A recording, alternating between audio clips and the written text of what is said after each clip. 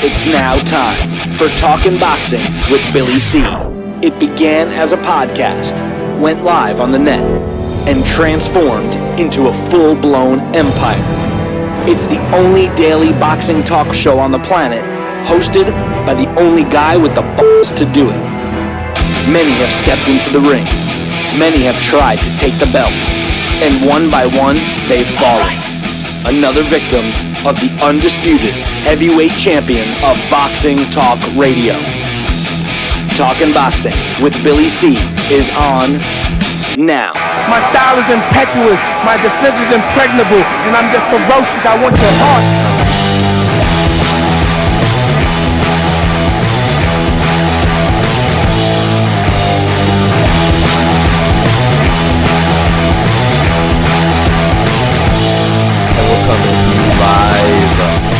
From the Billy C Studios in Lake George, New York. I'm Bill Caligero, and it's time for the Billy C Show.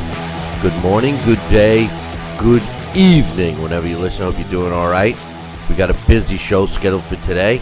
But first, today's show is being brought to us in part by Sal's Neighborhood Pizzeria and Italian Restaurant located on St. Simon's Island in Georgia. Check out his website, www.salsneighborhoodpizzeria.com, or give my man a call, 912-268-2328, 912-268-2328.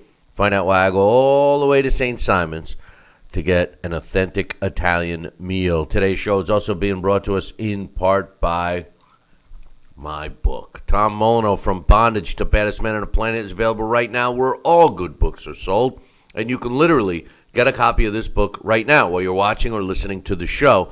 Just visit barnesandnoble.com or amazon.com. If you're looking to get a signed copy, just visit our website, billycboxing.com, and click on the book. You can't miss it.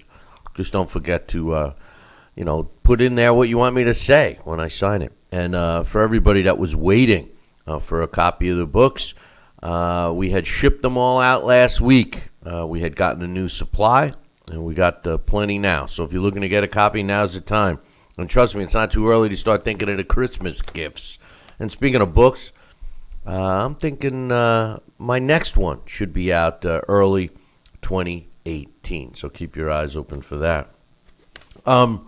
Today, most of the show will focus on our final thoughts on the Triple G-Canelo Alvarez fight, which took place on Saturday.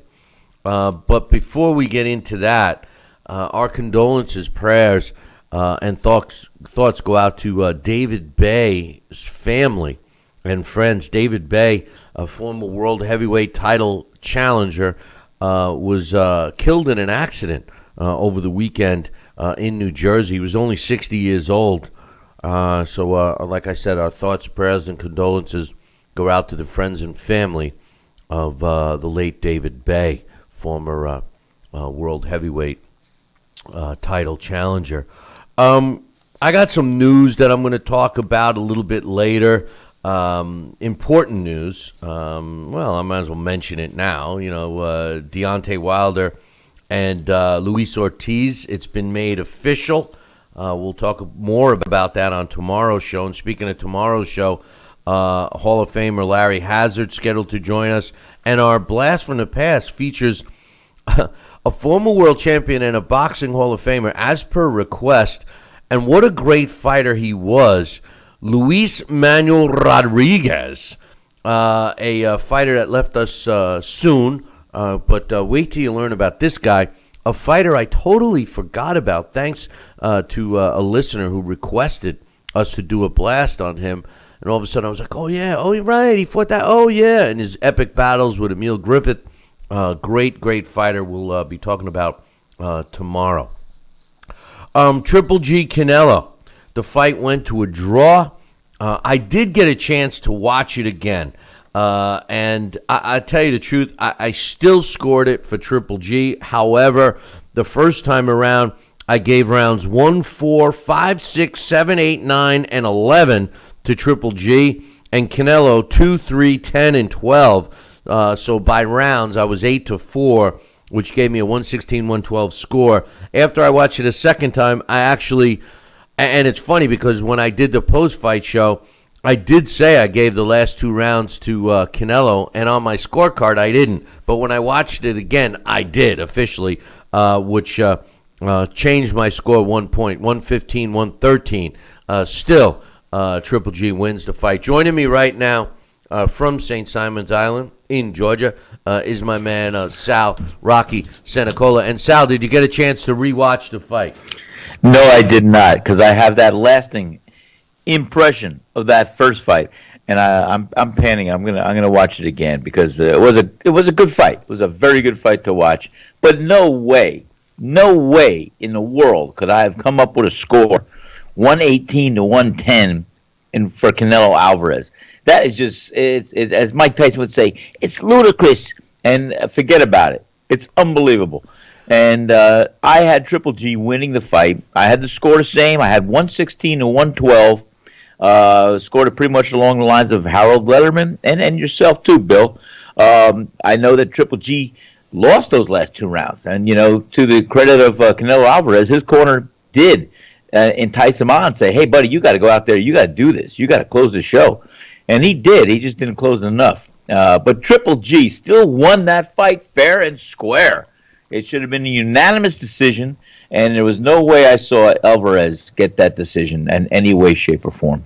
Well, at the end of the fight, I got some quotes. Canelo Alvarez said that he thought he won the fight. He said, I was superior in the ring. I won at least 7 or 8 of the rounds. I was able to counterpunch and even make Triple G wobble a couple of times. It's up to the people if we fight again. I feel frustrated over the draw. Triple G said, it's a big drama show. I want to thank all my fans. I want to thank all my Kazakhstan fans for supporting me, for coming out. Of course, I want a rematch. This was a real fight. Look, I still have all the belts. I'm the champion. He also said, Canelo said that he was happy with his performance on Saturday night. He says the plan was to use the ring and the ropes, and we did exactly that. Let's put the scorecard aside. We fought a great fight tonight. If people want a rematch, why not? Unfortunately, we can't put the scorecard aside because the guy who won the fight didn't get the actual W. And I find that statement a little crazy because during the fight, multiple times, his corner kept telling him, get off the ropes, stay off the ropes. And Canelo kept going on the ropes. Triple G had more to say. He said, I am the champion. This was the biggest fight in boxing. It's terrible. I'm over it. I saw the reaction. It's terrible. This wasn't fair. When they asked him if he wanted a rematch, he says, of course I want a rematch. Real Mexican-style fighters do not run from the best fights, from historical fights. Triple G's trainer, and normally I never give quotes from trainers or promoters, but I felt that these were kind of important.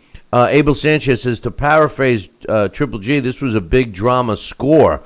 Triple G and Canelo treated us to a great event. It's a shame they didn't get the definitive result they deserved. It was a close fight. I thought Triple G won. You don't win fights backing up all night. Triple G's promoter says there's no question that Triple G won the fight because the world was watching and the media was covering it. This time, what happens in Vegas won't stay in Vegas. Saturday's HBO replay will show all of that. There are no issues to us doing a rematch. I just hope it takes Canelo and Golden Boy less time to do it than it did to make this fight. Enough drama. Let's get them back into the ring. Gennady is a true champion. He runs from no one. And I think that that's a pretty accurate statement. Now, pertaining to the Adelaide Bird, who was the judge that scored at 118, 110, the gutless, spineless piece of garbage known as Bob Bennett said that he acknowledged that her score was a little wide. This was the night of the fight. He said that she is an outstanding judge, and he still has full confidence in her. He says, I'll go over the fight with Adelaide round by round. He said she'll have to articulate to me what she saw, how she saw it, why she scored each round the way she did, and then we'll continue to move forward. Now, a later development that took place, Sal, is that he has relieved her of her duties I wonder if they already saw the fight. But, this is where I always say, or even though we have the criteria for judges, Sal, we all know the criteria. The order in which they prioritize it is in question. And at the end of the day, just like the punch stats, judges are judges. It becomes subjective. And I disagree with her scorecard, just like you and everyone else. But how do you say to someone, hey, how did you score that round? And they watch it and they go, oh, I scored that round for fighter A. And you're looking at them going, well, fighter B won. There's subjectivity. I mean, there's a problem with the scoring system, and subjectivity is it. Oh, absolutely. Subjectivity is it. And, Bob Bennett was right on one thing. She is an outstanding judge. She should be outstanding of the arena so she doesn't have the ability to judge another fight. It was terrible. Terrible, terrible. And, you could do only so much, Bill. It is subject to opinion. It's subject to a lot of things. But there are the indicators. There are the means of what criteria you use on a benchmark basis to judge a fight. And none of those things seem to apply to her card.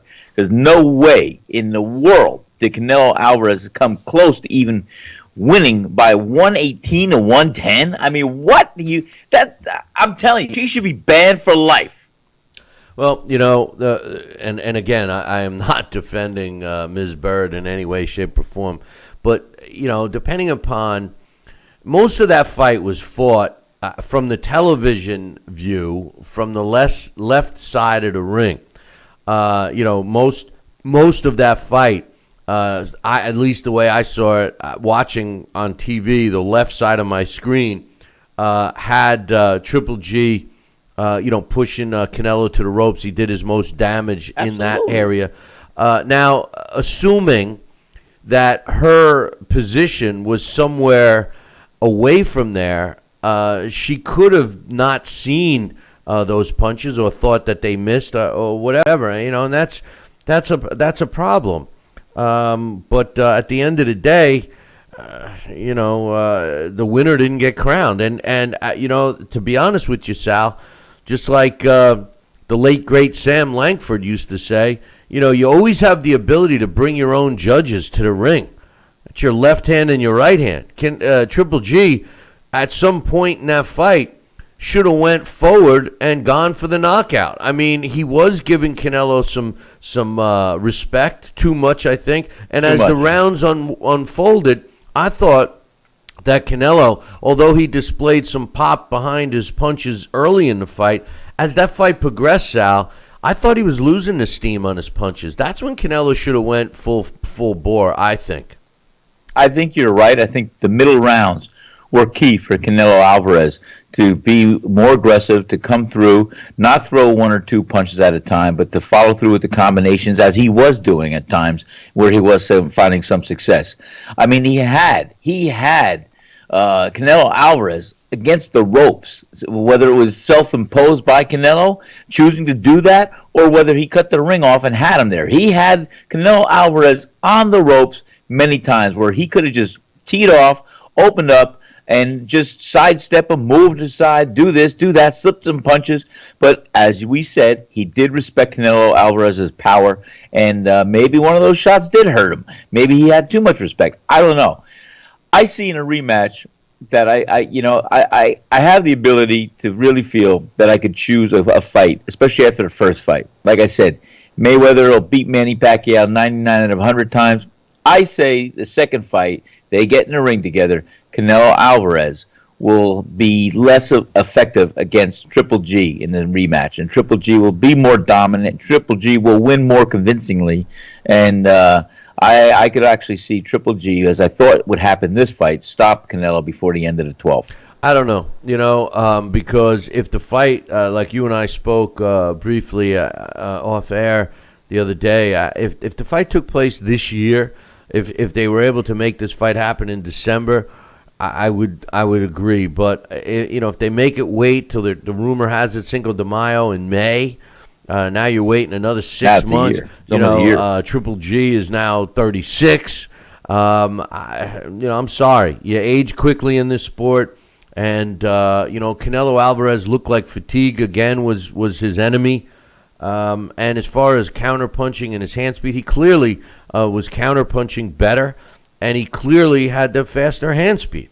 He just wasn't able to, duplicate Triple G in sparring and in preparation for this fight. The power that actually comes from Triple G.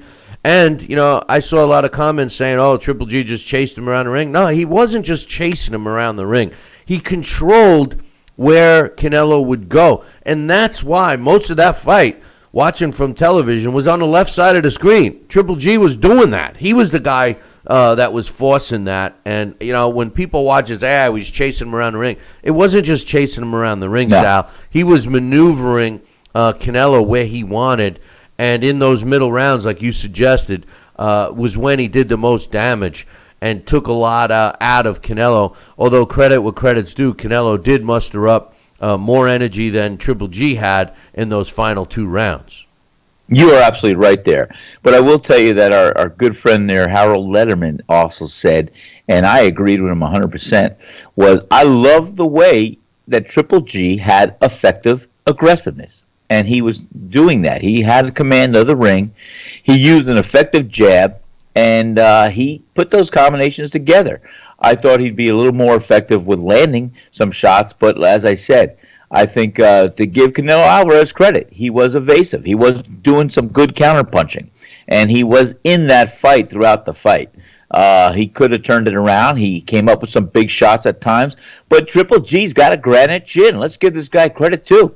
They both had good chins, and that's why I say the second fight, I hate to put it like this, but the gloves come off. And I think we'll see even a better fight the second fight. But I don't think it'll end any differently other than Triple G will win the fight. And you know what, Bill? Another thing. Sorry, I just don't want to forget. They got to do this fight right away. They can't wait. It's got to be within 6 months, as you suggested. It's got to be within 6 months. And they cannot fight any other opponent in between. No way. They got to go right back to the well, and they have to fight each other while it's exciting, while it's in the forefront, and while they're both in shape. And they got to do this within 4 to 6 months. I agree, and I also want to add that they should do it outside of Las Vegas. As a matter of fact, yes, with the Nevada State Athletic Commission and the gutless, spineless piece of garbage known as Bob Bennett. They should promoters should move out of Vegas. Forget Vegas, and until he's gone, until they're back to where they were. But even with all that said, don't count on it because I don't see it happening quickly.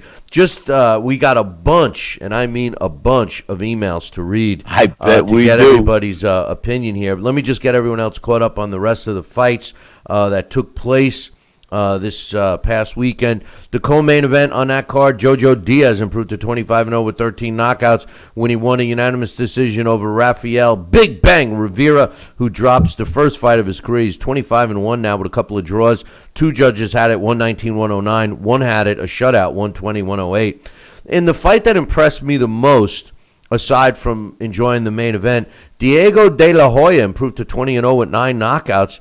When he won a unanimous decision over former world champion Randy Caballero. The judges scored it 2 at 98-92, 1 at 100-90. Caballero drops to 24-1 with 14 knockouts.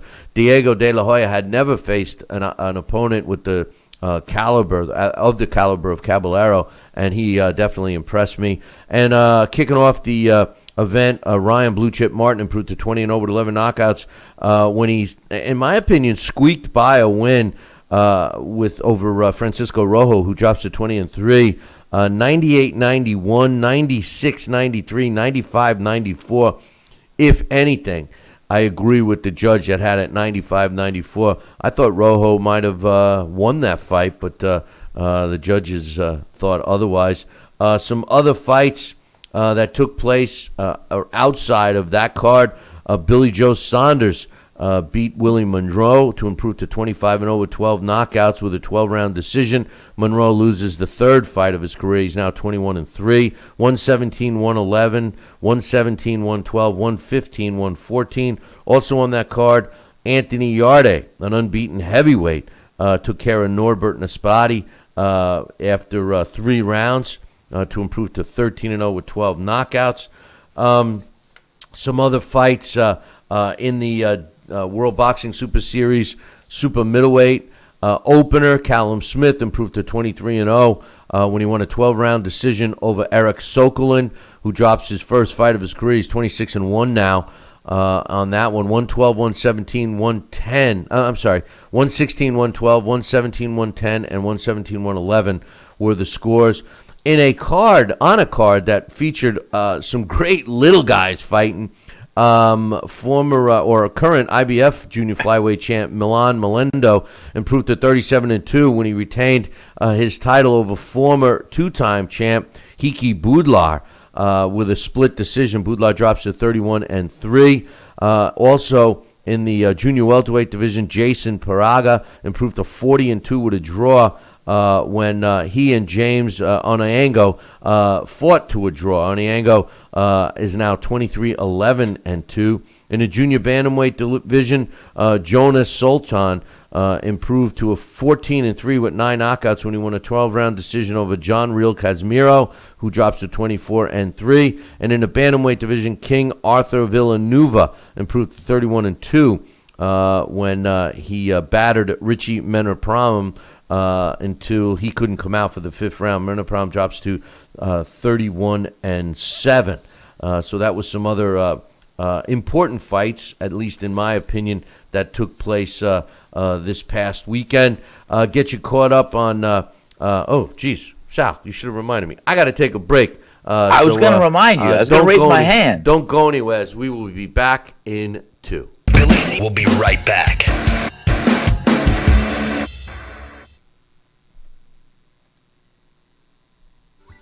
Snacking has never been this exciting. At Graze.com, we combine wholesome ingredients with the flavors we all love to create over 100 exciting snacks, like these. We'd love to send you a Graze sampler box for free. Just go to Graze.com, enter the code ENJOY36, and we'll mail your free box to your home or office.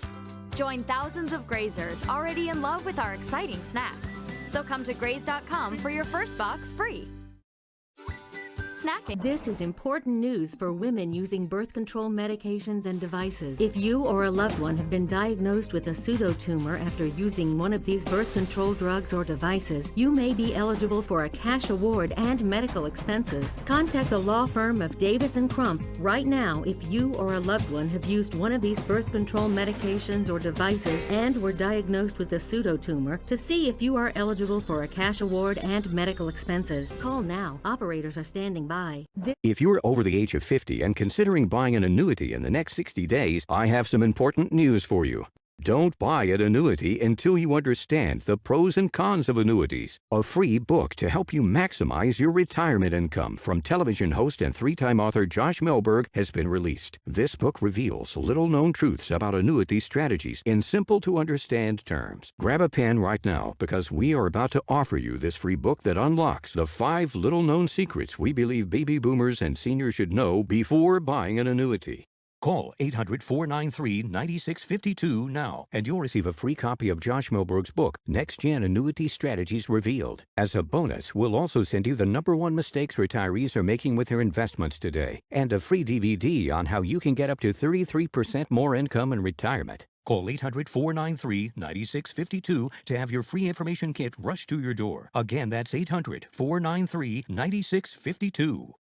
Are you currently on Medicare? In other words, do you carry the red, white, and blue Medicare card? If so, are you suffering from chronic back pain? If you answered yes, you may be eligible for a pain-relieving back brace covered by Medicare at little to no cost, shipped directly to your home for free. These medical-grade back braces are ideal for lower back pain, arthritis, spinal disorders, and other chronic back problems. Will you qualify for a medical-grade back brace? Call Back Brace America at 1-800-290-8300.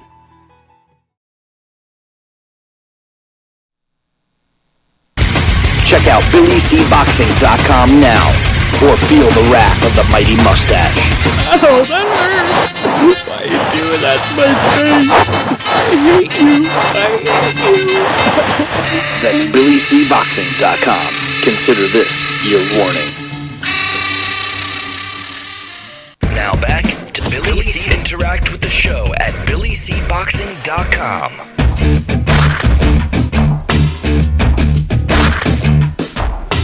And we're back. You're listening and watching the Billy C Show. Glad you could be with us. And we got a bunch of emails to read, as you would expect. But one other thing I wanted to add, Sal. The commentating crew for HBO was pitiful.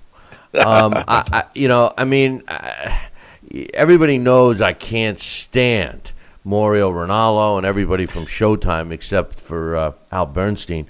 But HBO on Saturday, their pay-per-view crew was just horrific. And, Roy Jones, I'm just so sick of seeing his face. And, everything's about Roy Jones. It makes me sick.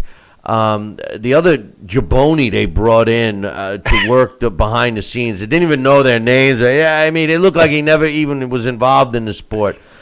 And Max Kellerman, he's Max Kellerman. He is what he is. At least he's consistent. I like Max. But Jim Lampley, he's done. This guy has lost the ability to call a fight. It was terrible. It was terrible.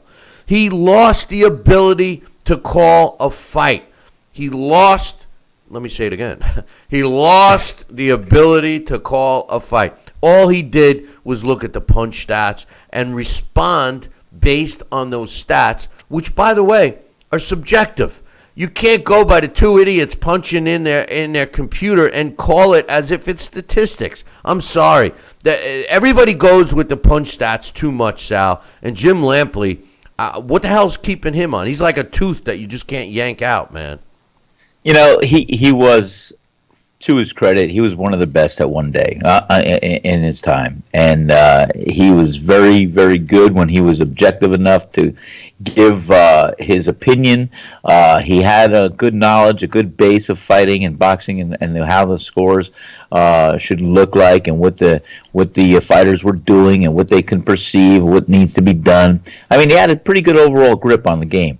But I think he's been influenced heavily by these cronies that are deciding what are they going to do for ratings, what are they going to do for here, pass the torch over here, do that, do this, and listen to the punch stats, give this credibility.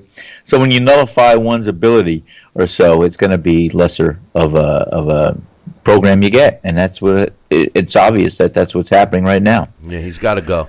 NFL football. They should bring you and I in there, Bill. Yeah, unbelievable. Monday Night Football. Lions topped the Giants 24-10. Matthew Stafford, 15 out of 21, 122 yards and 2 touchdowns. Eli Manning, statistic-wise, had a decent night. 22 out of 32, 239 yards and a touchdown, which this loss now total for New York football teams 0-4 to start the season. Pathetic. Not good. We got some emails. The first one I got to read was one that I received on Friday morning. We didn't do a show on Friday. But this one's from my man Christian, and he says, "Sup, Billy C. Sup, Sal." He says, "I'm surprised I haven't heard anyone predict a draw." He says, "I'm predicting a majority draw with one judge scoring for Canelo on a wide margin because Golden Boy promotions tend to do that. A draw is probably a better result than one or the other winning a decision because we'd get a rematch, hopefully, and boxing will gain a slightly higher following. It would be nice to see one guy knock out the other, but I don't see it happening in this fight. Anyway, my prediction, majority draw." Congratulations, Christian. Wow. Not only did he call a draw, it was a split decision draw, but I'll give him that. But I love the part where he says, "I'm predicting a draw with one judge scoring it for Canelo on a wide margin." And that's exactly what happened. Christian Stevens, you are the man. Wow. And I wanted to give him props. And the bottom line is Christian had submitted this time-stamped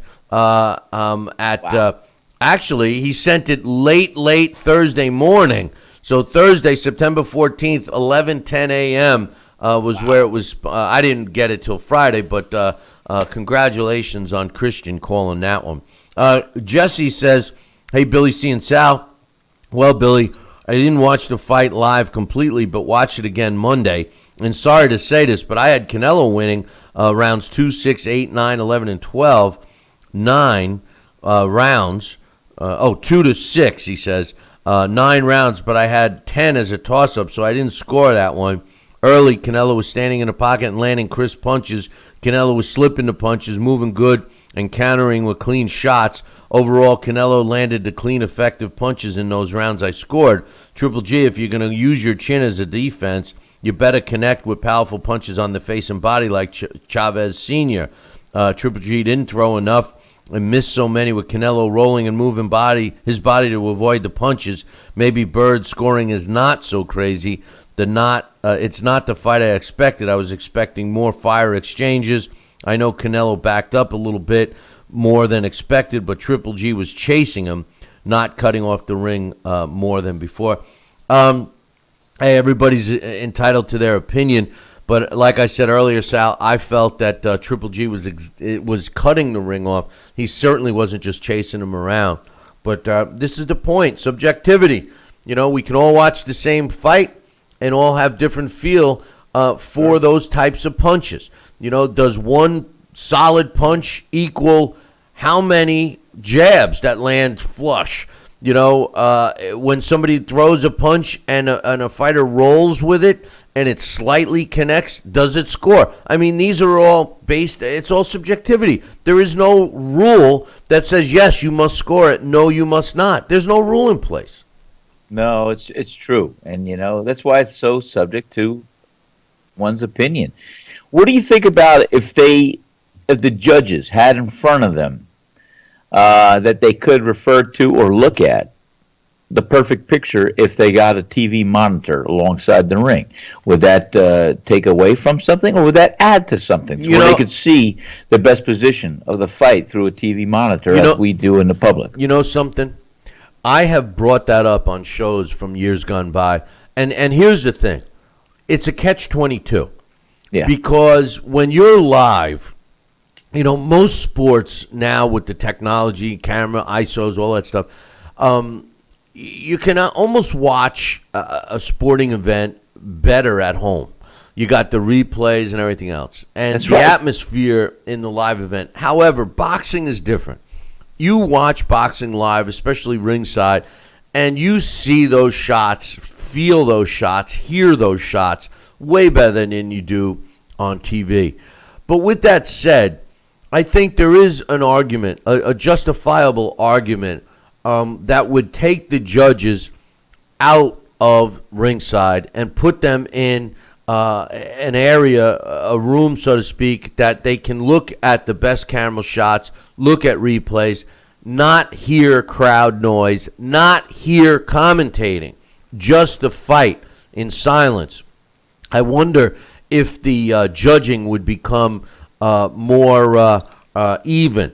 And the other thing you would get is you would get the judges seeing the same fight from the same angle. So maybe it's time, Sal. Maybe it is time to do that because and the funny part is the judge who's getting criticized the most and who was out there trains new judges, according to the spineless, gutless piece of garbage Bob Bennett. She's the one conducting judging seminars in Nevada. So, I mean, come on. No, it's crazy. But I could see that. There'll be another benefit to that. They'll free up 3 ringside seats. There you go. There you go. And you know what? Why not have it like you got 3 judges, have it like a little jury. Every round they should have to agree on, by 2 to 3 margin. Well, no, I don't want that. I don't want them all to agree on the same thing. But what I'm saying is, if you have 3 judges, it's a quick debate in between rounds. They got a minute. They can do their own individual testing and looking at their scores. But at the end, before the next round starts, maybe they got to come up with a 2 to 3 win of which of the 2-3 judges said, hey, this round went to this guy, and here's why. They'll each have their opinion going in, but maybe there should be a 2 out of 3 and one final card, one final score. If they got together and they said, "Hey, I saw this, you saw that, but here's what we saw together." And they have, well, he won the first round. Documented. At the end of the fight, they'll have one score from the 3 judges because they had 2 out of 3 decision. That defeats the purpose. I know. And I'm just reaching, Bill. I'm reaching. Knocking out the other ones was tried in the amateurs, but listen, we're going to take a short break. We'll be back in 2. Billy C will be right back.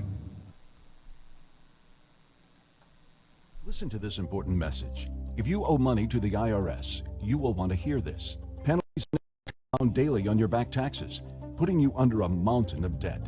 Tax 10,000 has years of experience connecting people with tax resolution specialists.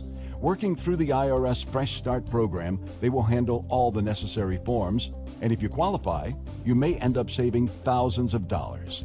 Call Tax 10,000 at 800-773-4604. If you or a loved one have had hernia repair surgery with mesh reinforcement and suffered infection, chronic pain, mesh migration, mesh failure, organ damage, or needed additional surgery, call the Rely On Group right now. You may be eligible to receive a cash award and compensation for your medical expenses. Your voice deserves to be heard. Call the Rely On Group to be connected with a personal injury attorney for a free consultation. Call 800-715-4869. That's 800-715-4869. This is important news for women using birth control medications and devices. If you or a loved one have been diagnosed with a pseudotumor after using one of these birth control drugs or devices, you may be eligible for a cash award and medical expenses. Contact the law firm of Davis & Crump right now if you or a loved one have used one of these birth control medications or devices and were diagnosed with a pseudotumor to see if you are eligible for a cash award and medical expenses. Call now. Operators are standing by. Snacking has never been this exciting. At Graze.com, we combine wholesome ingredients with the flavors we all love to create over 100 exciting snacks. Like these. We'd love to send you a Graze sampler box for free. Just go to Graze.com, enter the code ENJOY36, and we'll mail your free box to your home or office. Join thousands of Grazers already in love with our exciting snacks. So come to Graze.com for your first box free.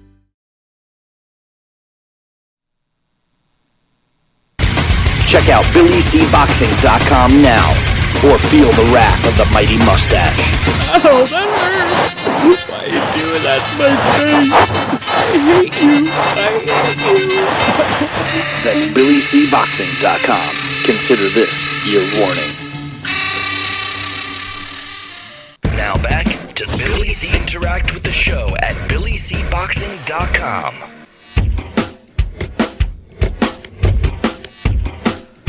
And we're back. You're watching and listening to the Billy C. Show. Hey, we've been trying to simulcast on Facebook, but I guess Facebook Live has changed their whole operation. I guess they're copying off of YouTube and just don't notify anyone. So we may not be doing Facebook anymore. So we'll be dealing with what we got here. And by the way, FYI, if in the future you have some streaming issues, if you watch live via the YouTube stream, fear not. We are, because we're required to back up the shows for the television networks, we will upload any streams that don't happen. We will upload them later in the day, so keep your eyes peeled for that.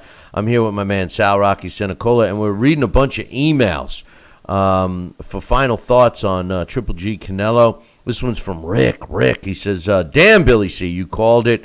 At first I thought you were being a bit harsh on the Vegas judges when you asked during one of your shows if Triple G could get a fair shake and win a decision. I don't usually run and cry robbery, but that 118-110 score for Alvarez was about as questionable as scoring as I have seen since the 5th round of Lewis Holyfield. It was still a great fight, though, and I thought Canelo closed out the last round strong. I also felt Triple G probably lost his fight to Danny Jacobs, so it took a bit of the sting out of this bad decision. Now, Rick sent me a follow-up email, and he says, hey, Billy C. and Sal, I got to say, after rewatching the fight, and this is what I was saying, Sal, you need to rewatch the fight. Yes. He says, I thought it was much closer and could see someone scoring at a draw or even a point in favor of Canelo. That 118-110 score was still ridiculous, though. I originally watched the fight through a live stream on my phone, and the feed was pretty crappy. Last night I had a chance to watch the replay in high definition on my TV. Canelo looked like he was landing all the flashy, eye-catching punches while Triple G was stalking him around the ring. And anytime Triple G did land a good shot, Canelo would play to the crowd and shake his head like, "You didn't hurt me." There were even a couple of rounds I thought Triple G was winning that Canelo was able to steal with one or two well-timed punches, like round 9, for example. I also thought that Triple G was winning round 5 or 6 when he had Canelo on the ropes, but Canelo fought his way off the ropes and actually backed Triple G up all the way across the ring. As for a rematch, I think that'll play into Canelo's favor. He definitely looked like the younger, fresher fighter, while Triple G looked like his usual self, but ate a lot of punches that never seemed to hurt Canelo. And he never seemed to hurt Canelo is really what he meant. Aside from the constant pressure Triple G was putting on him, it was Canelo who looked like the more relaxed fighter in there. Triple G seemed a bit surprised by Canelo's power and even a bit discouraged that he couldn't really hurt him along the ropes. If you ask me, Canelo's stock went up after this fight, not Triple G's. It definitely appears to me that Triple G looks less and less impressive every time he steps up in competition, going back to his fights with Jacobs and the welterweight from England who got his eye socket busted, Kell Brook. He says, I think if Triple G was fighting 10 years ago against the likes of Hopkins, Jermaine Taylor, Kelly Pavlik, or other true middleweights, he would have had a lot of problems. I don't know. My thoughts on this email, Sal, is first and foremost, I think Triple G would have been effective in any era as a middleweight. I do think that he's good enough to be in the discussion with some other, great, good to great middleweights. As far as the fight, I can see Rick's point. Canelo did counterpunch well. But I thought that Triple G landed the punches that hurt Canelo more than Canelo landed the punches that hurt Triple G. I also agree that Canelo might have stolen a couple of rounds, and Triple G's corner said that to him. Said, don't let him steal these rounds, when he was coming on strong at the end. I don't know. I mean, no fighter should let a punch, another one hit them. And Triple G does at times seem to let fighters hit him, and I'm not so sure he's doing that willingly or he just can't get out of the way. As far as being fresher, I thought that Canelo ran out of the gas. Although he came on strong in the last two rounds, I thought it was him that ran out of the gas. I saw the same methodical punch output and approach from Triple G after the third round. What's your thoughts? Well, I tend to look at the same fight, and I agree. I think, whether Canelo ran out of gas or it was actually Triple G's effective punching that was taking some steam and slowing him down. That's what I thought it was, because those were the middle rounds where Triple G actually did land some good, solid shots. And I think that Triple G had more of an opportunity to land those heavier blows that he did not take advantage of. But he did slow Canelo down in those middle rounds. He landed some good shots on him. And yes, I think he took Canelo Alvarez's best shots, and he still kept coming. So he may take unnecessary punches, and I know that no fighter needs to really do that, but he was a lot slower too. I'm going to be honest with you. Canelo Alvarez was quick. He was fast. He was faster in his delivery, faster in being evasive. We're rolling with the punches, slipping the punches, and his speed was definitely on his side, and that's why he did not get knocked out. Listen, I said it for months. I said it for years, and I made a big point about it for this fight, and I'll say it again. Canelo's weakness is the fact that he can't land effective punches while on the move. If he could, like all great fighters that are fast and have movement and can counterpunch, if Canelo was able to hit effectively on the move, he would have won this fight hands down.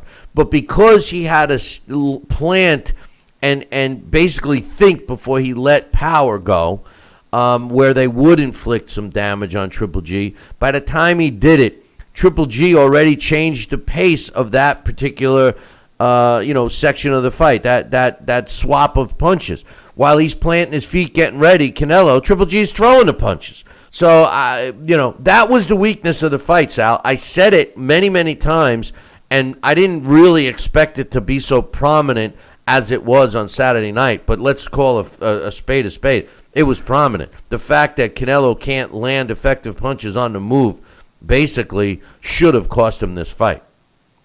It should have, and I thought it did because, like I said, I look at the fight, and I still see Triple G as the winner of that fight. And Canelo, I'll tell you, to his credit, Canelo performed better than I even thought he would.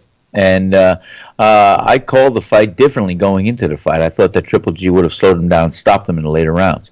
And Triple G did take over the middle rounds. I thought that he was more effective with being aggressive and landing some good shots. But Canelo, to his credit, I'm telling you, he did win those last 2 rounds. He came back. He was a fighter. They both had heart. They both had punching. They both had the desire to win. And that's why a rematch is going to be probably even a better fight than this one was. Some more emails. This one's from my man Oliver out of Miami. He says, "Hey, Billy C and Sal, I just want to say hello and say what a great job with the show. I had some questions regarding last Saturday's main event.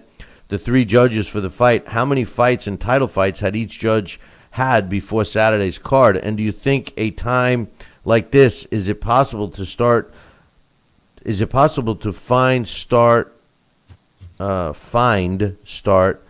I would think that maybe you mean fine-tune, start regulating boxing outside the hands of corruption and ill-trained judges."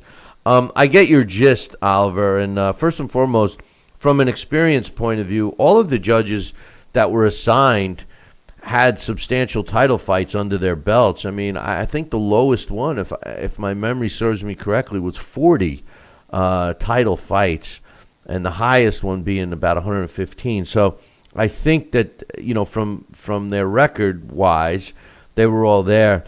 As far as getting corruption out, corruption in boxing has gone together like peanut butter and jelly for 300 synonymous years. I mean, the reason why it's so easy to influence the sport of boxing is because you only got 2 guys. You got 3 judges and a ref, so there's 4 and 2 fighters. So there's 6 people involved, unlike a team, where, you might get to a quarterback to throw that last interception to keep the points where you want. I mean, yes, it's all possible. But in boxing, I think what we need is something that you alluded to, Oliver, at the end of your email.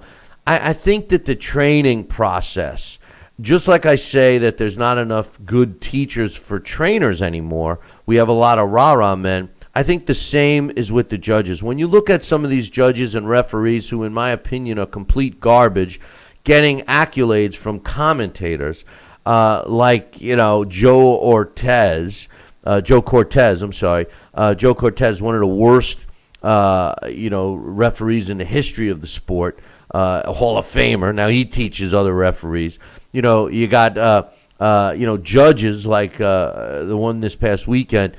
You have other judges who have been, reprimanded many times, and then you find out that these are the judges teaching new judges. I mean, it's time to regulate, make it a little harder to get involved in the sport from that point. If you're going to be a referee, if you're going to be a judge, if you're going to be a trainer, you're going to have to go under some kind of training, and the training has to be created, a training course, so to speak, for each of these has to be created, well thought out, not just paying the price. I say this all the time. I've never trained a fighter. I know boxing, of course, but I've never trained a fighter. But guess what? If I paid a $25 at a weigh-in, I could be the head trainer for that fight with no experience as a trainer. And that's the sad truth. It is. It is. Anybody could be a manager by never managing a fighter in their life if they pay the price. So that's right. Got another email. This is from your buddy, man. Captain Mikey Rella, Cutman Rella. Hey, Mike, how you doing, buddy? And he says, what's up, Billy? I just wanted to check in with you and my man Sal. I thought Triple G won the fight against Canelo, but he could have made it a lot easier on himself. He'd thrown more body shots when Canelo was against the ropes instead of headhunting like he did. Canelo's body was right in front of him to be hit. Also, I think if the fight was 3 years ago, Triple G would have stopped Canelo. He looked slightly past his prime against Alvarez. He had a lot of trouble against Danny Jacobs, too. Speaking of Danny Jacobs, you could see me work in his corner in November against a TBA opponent. Thanks again for another great show. Mikey Cutman Rella. So, yeah. Thank you so he much, saw it the way Mike. you saw it, Sal, pretty much. Should have worked the body a little more. I agree with the Cutman. Me too, and I think that was one of the things that was definitely missing from Triple G's arsenal. He should have definitely thrown some more body shots. And they were even commentating, I think it was Lampley, saying that maybe he was too respectful or too afraid of getting hit with some shots of Canelo Alvarez in the head. But, you're a fighter. You're a pro. You slip them, you block, you boom. You got to get in there. He could have slowed, and he could have made the fight a little more dominant. I think if he landed and tried to land some more body shots from the outside working in. Well, and that was what was missing. I agree with Captain Rella right there. And you take care and good luck with Danny Jacobs in November. We'll look forward to hearing that. And also tell my friend Johnny I said hello. Danny Jacobs is looking better and better as time goes on. He is. And I would have to strongly disagree with you. I didn't hear one correct thing out of Jim Lampley's mouth on Saturday night. He's pathetic. You're giving him too much credit. My man Mitch says, Billy C., Bob Bennett. Bob Bennett, the gutless, spineless piece of garbage from the Nevada State. He says, Bob Bennett, the executive director of the Nevada State Athletic Commission, came to ringside after the fight to address the controversy of Bird's scorecard. He said, and I quote, Adelaide, in my opinion, is an outstanding judge. She's done over 115 title fights and or elimination bouts. She's done a great deal of our training. She takes a lot of judges under her wing. I think being a judge is very challenging. Unfortunately, Adelaide was a little wide. I'm not making any excuses. Would she gain some weight? I don't know. I think she's an outstanding judge, and in my opinion, sometimes you got a bad day. She saw the fight differently. It happens. Thanks for the quote, Chip. The bottom line is Bob Bennett is terrible, and so is Ms. Bird. My man Coach has got an email. I love hearing emails from Coach because he's always right on. He says, hey, Billy C., I'm looking for your thoughts after Nevada State's boxing's shameful approving of a 49-0 undefeated former champion fight against a boxing pro debuter for a fake record earlier this month. I thought last week's Superfly card had boxing lined up for a fresh start, especially with this week's 3-year marinated Canelo Triple G card right behind it. Instead, with a proverbial butt, after watching the best versus best sold fight, I have to see the Nevada State Boxing Commission and the boxing powers appear to smear their grubby, corrupt fingers all over it. Once again, we had Bob Bennett, that gutless, spineless piece of garbage from Nevada state boxing hierarchy, having the opportunity to give the sport a nudge in the right direction with the Pacquiao-Bradley suspect decision still fresh in mind. Instead, we get a one-step up, 2 steps back failure, leaving Saturday night's inept, nonsensical split decision draw the talk of the town instead of the fight itself. First and most importantly, what's your opinion of the fight? Then on now existing totally unnecessary and very preventable controversy that surrounds it. My thought of the fight was that it was a good fight. I thought Triple G won the fight. I mean, I thought that he landed more punches, and he did land powerful punches. I do think that Canelo did have a very successful night counterpunching Triple G. And I think he did stun Triple G a couple of times to the body. Never to the head, but to the body. But I thought that Triple G clearly won the fight. Even after watching it twice, I still had Triple G winning this fight, and I think it's sad that spineless piece of garbage known as Bob Bennett of the Nevada State Athletic Commission even had the balls to give Ms. Bird any accolades after the fight. He subsequently has suspended her or relieved her of her duties to reboot, as he put it, but it wasn't enough. It ruined the fight, and it just gives Canelo another chance at beating Triple G. If I'm Triple G, like I said Saturday, I don't even know if I give him the rematch. Move on. If I'm Triple G, I go beat Billy Joe Saunders and retire with all the belts. That's what I would do. But well, that's an interesting play right there, Bill. And I think that would be definitely a direction he could choose to take. I don't think he will, because I think he's got a little bit of an ego too, and I think he wants to give what the fans are going to call for, and the fans are going to call for a rematch. So, but I could see that playing out on your level, where what you said, that would be a decent map out for his exit strategy, because he's only got about another 2 or 3 fights good in him. I got one. Let's see, 2 more emails here. This one's from my man Jeff from Bethlehem, Pennsylvania. Bethlehem. I'm having a hard time speaking today. He says, Billy, I won't even discuss the 118-110 scorecard. We all know that was a joke. It was an enjoyable fight. I thought Canelo was fading away, but he did hang in there and even finished quite strong. This email is to discuss Max Kellerman telling Triple G in the audience that it was solely up to him to make it a war. Why is this? We know Triple G is known for stalking and overpowering, but we also know that this cannot work against every opponent. The problem I have with this is thinking it gives close or low-action rounds to the opponent because surviving is looked upon as winning.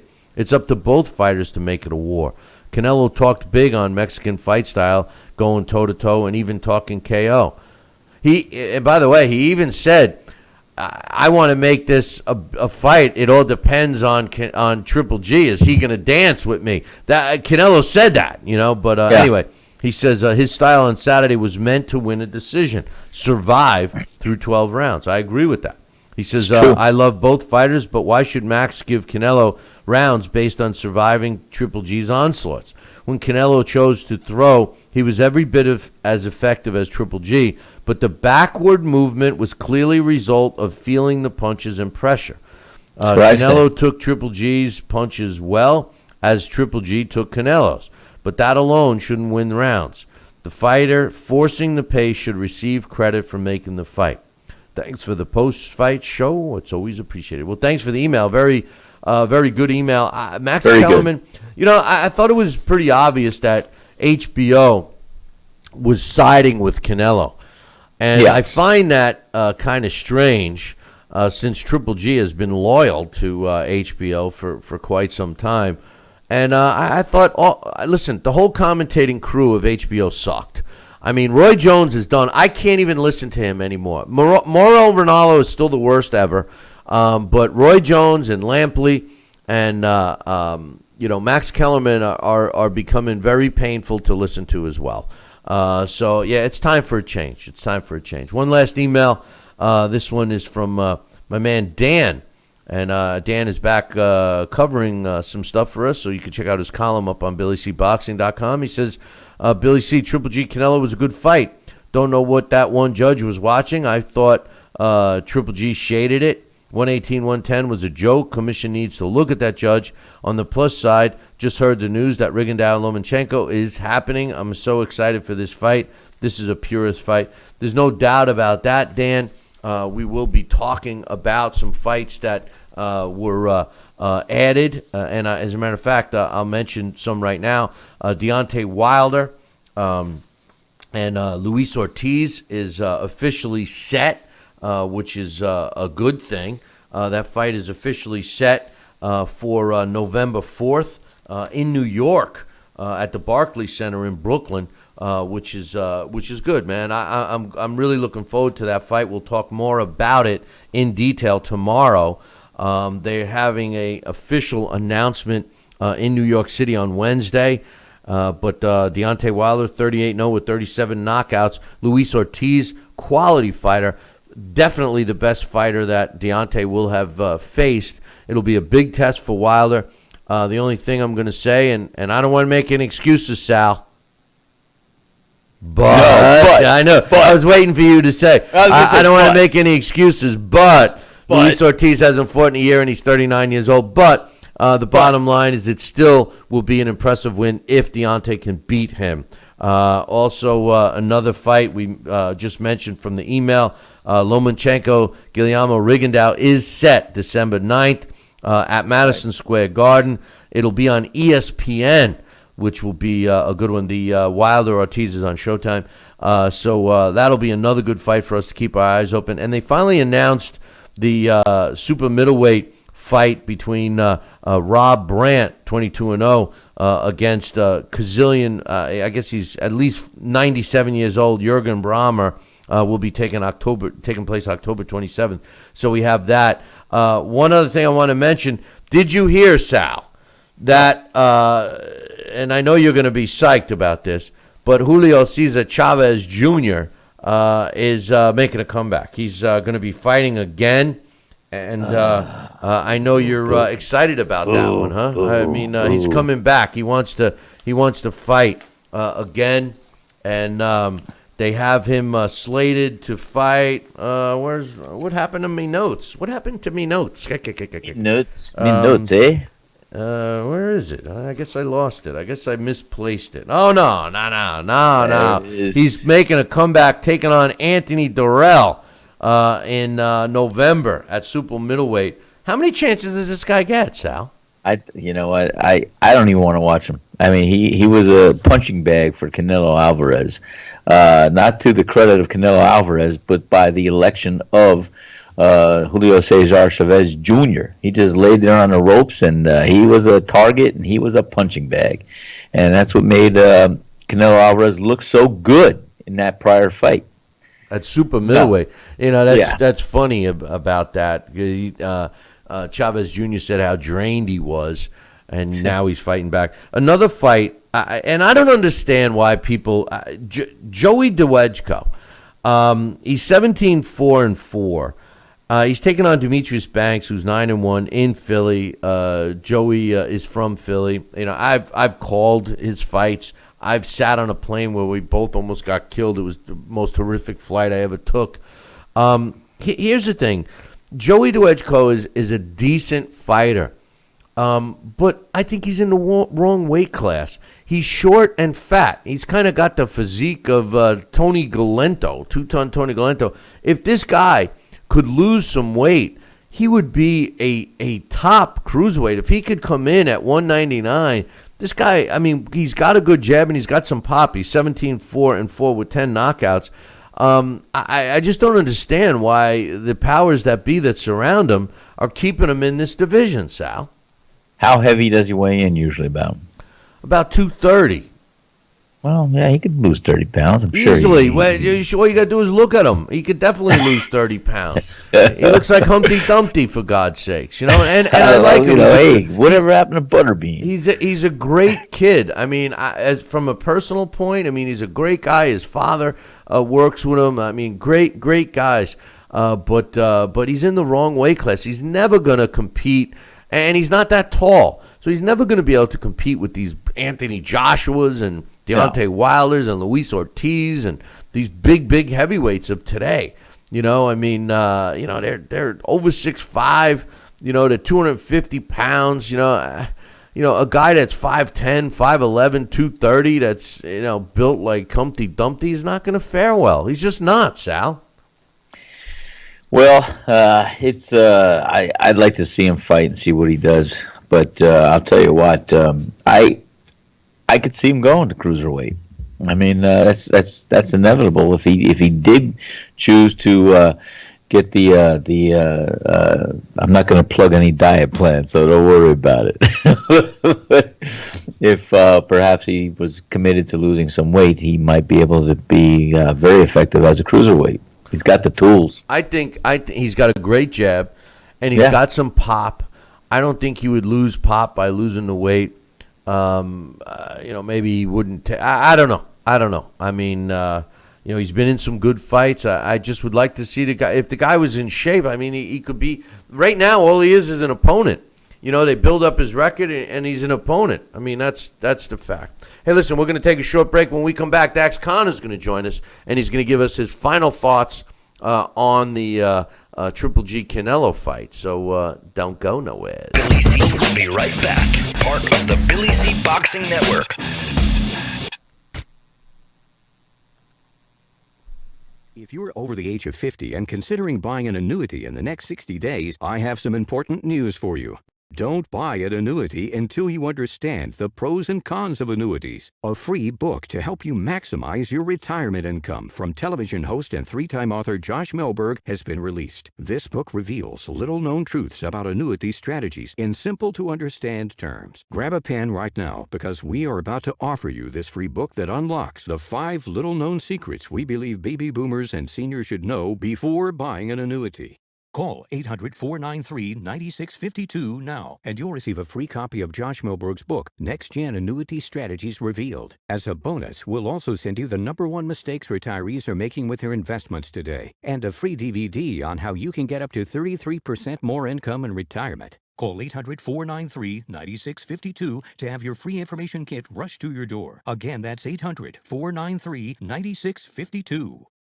Are you currently on Medicare? In other words, do you carry the red, white, and blue Medicare card? If so, are you suffering from chronic back pain? If you answered yes, you may be eligible for a pain-relieving back brace covered by Medicare at little to no cost, shipped directly to your home for free. These medical-grade back braces are ideal for lower back pain, arthritis, spinal disorders, and other chronic back problems. Will you qualify for a medical-grade back brace? Call Back Brace America at 1-800-290-8300. This is important news for women using birth control medications and devices. If you or a loved one have been diagnosed with a pseudotumor after using one of these birth control drugs or devices, you may be eligible for a cash award and medical expenses. Contact the law firm of Davis & Crump right now if you or a loved one have used one of these birth control medications or devices and were diagnosed with a pseudotumor to see if you are eligible for a cash award and medical expenses. Call now. Operators are standing by. Endless pools are an incredible alternative to traditional pools, making it easy and inexpensive to swim at home. Exercise year-round against a smooth current set to your desired pace and temperature. With our new underwater treadmill, you can walk or run without stressing your joints. Endless pools are simple to install and even simpler to maintain. The water stays crystal clear with almost no chlorine. Call for your free idea kit and experience the freedom of swimming at home.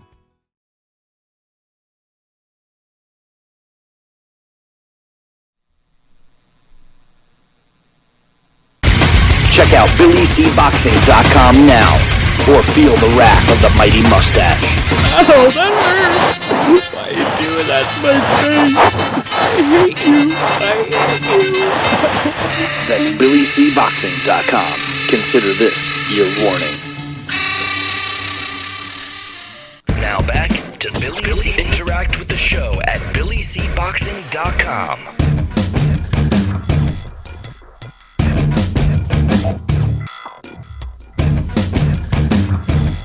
And we're back. You're listening and watching the Billy C. Show. Glad you could be with us. And speaking of being with us, joining us right now to give us his thoughts, final thoughts, I should say, on the Triple G-Canelo fight is Dax Khan. Good morning, Dax. Good morning. How's everybody today? I'm doing good. How you doing, Sal? I'm doing okay. Dax, welcome. How you doing there, buddy? I'm doing it, Sal. I'm doing the same as it was when we were speaking 20 seconds ago. Oh, nobody else knew we were speaking 20 seconds ago. So it's like one of these days, you know what I'm going to do to you guys? Unmute you so everyone can hear what you say. No. There's a lot of laughing and smiles going on. I'm watching. Let me tell you. But Dax, we had a lot of layers to get through. Of Bill when he was passed out of the corona and all that other stuff. And go ahead, Bill. Drooling on myself. But so what'd you think of the fight? You know, now I know we had the post-fight show and.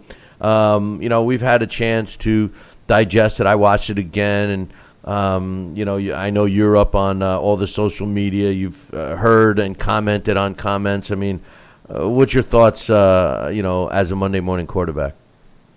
Well, as Sal and I were speaking, that was what we were speaking about, and I was, I started to speak about on the post-fight show. Triple G, because of what happened in Daniel Jacobs' fight, because he, took some shots from a very fast Kell Brook, and because this fight with Canelo was very competitive, they're really down on him, and all of a sudden, he had to lose. You know what? Canelo is a genuine top pound-for-pound fighter. So, for Triple G to just go out there and walk over him like he did in Matthew Macklin or something like that, people would be saying different things. They'd be calling it a dive. They'd come up with some other type of excuse. A guy like the difference between Triple G and a Sergey Kovalev, let's say, which a lot of people are comparing Triple G to, saying, well, he was exposed by Canelo. See, what happened was Sergey Kovalev, like Triple G, was going and walking over guys, knocking them out in devastating fashion. But you know what? When he met Andre Ward, what happened? The first fight was very close. Maybe Andre Ward didn't expect the power.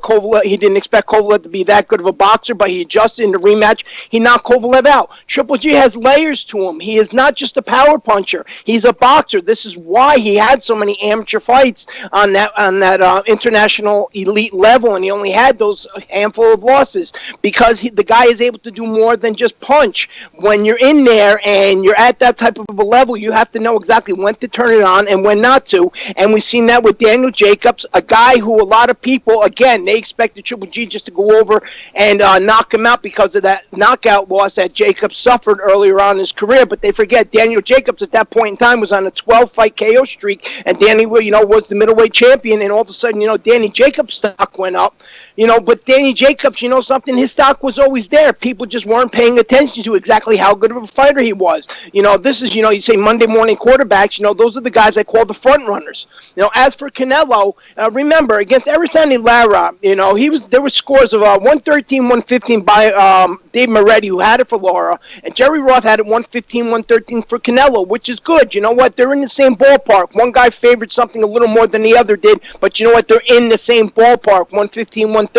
They were both looking at the same fight. Levi Martinez, now he had it 117, 111 for Canelo. There was no consistency there. Same thing when Canelo fought Floyd Mayweather. The scores with Floyd Mayweather were, I think it was 116, 112 for Moretti, and I think Craig Metcalf had it 117, 111 for Mayweather, and then CJ Ross had it 114, 114. Where did you come up with this? Where? How could you possibly given this a draw?